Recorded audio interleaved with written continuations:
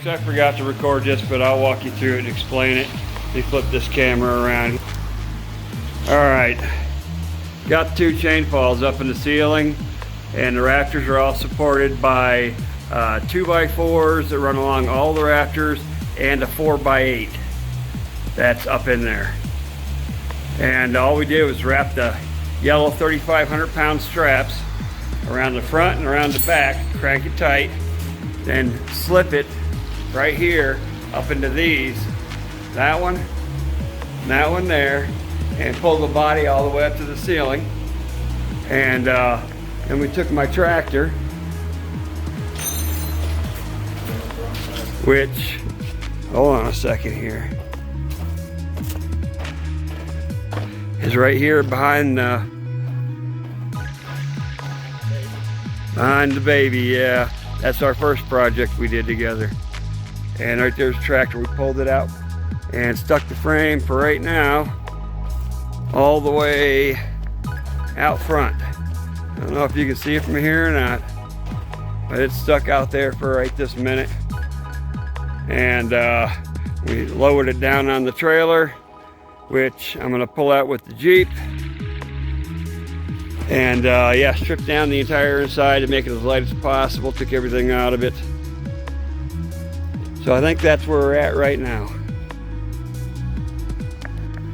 Trying to get out of someplace, ain't no sun. All right, well, hey fellas, I'm gonna start pulling this engine apart because I can't buy any parts for it until I know if it's been modified inside or not.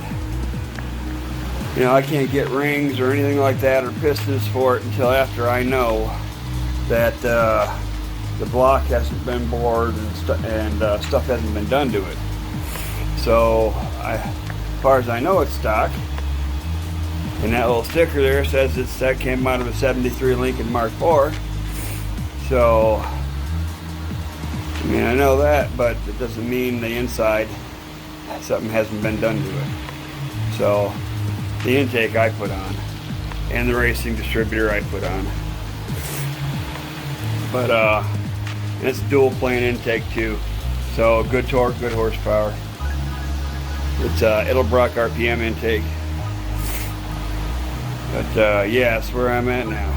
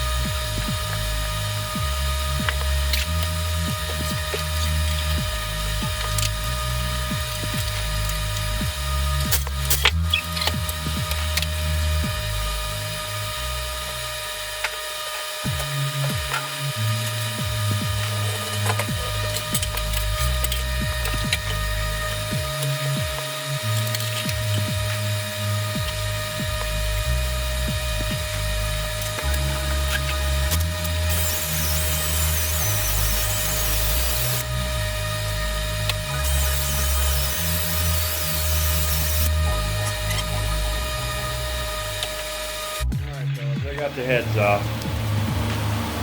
Pistons are pretty gnarly. The whole point of doing this right now is so that I can get a clean piston and be able to read it. Now, it's flat top pistons with valve clearance. Huh. I don't know if this is stock for 460 or not,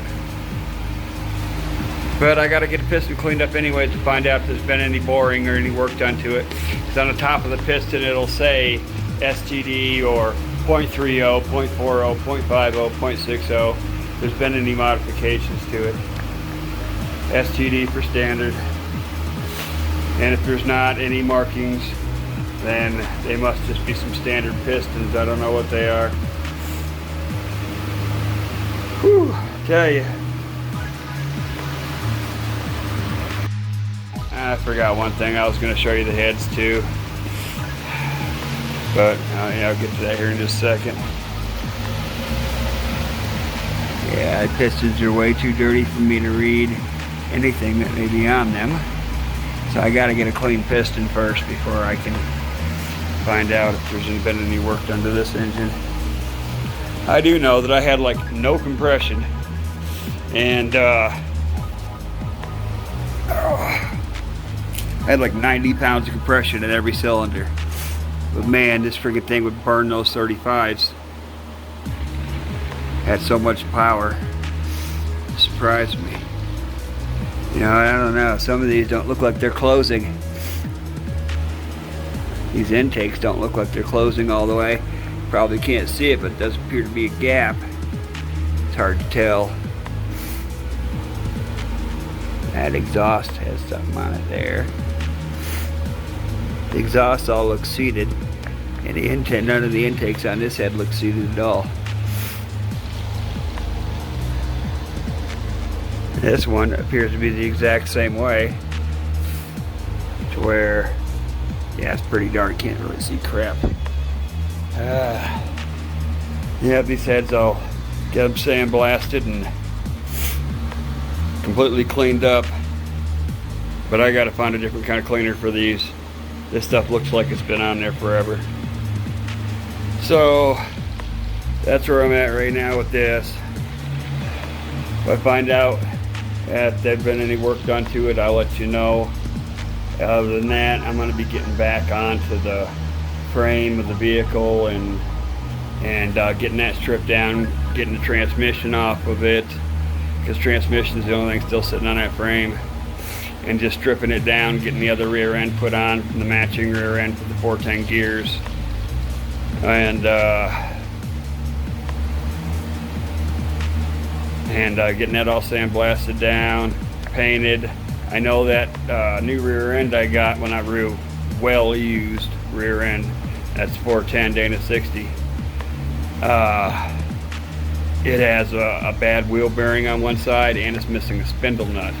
So I got to take that off, check it out, look at it. So I may need a little bit of repair of that rear end. And I got to go through, check fluids and stuff and on it, and front and rear, and then get it put back onto the frame. Yeah, I got a lot of stuff to do. But we'll get there.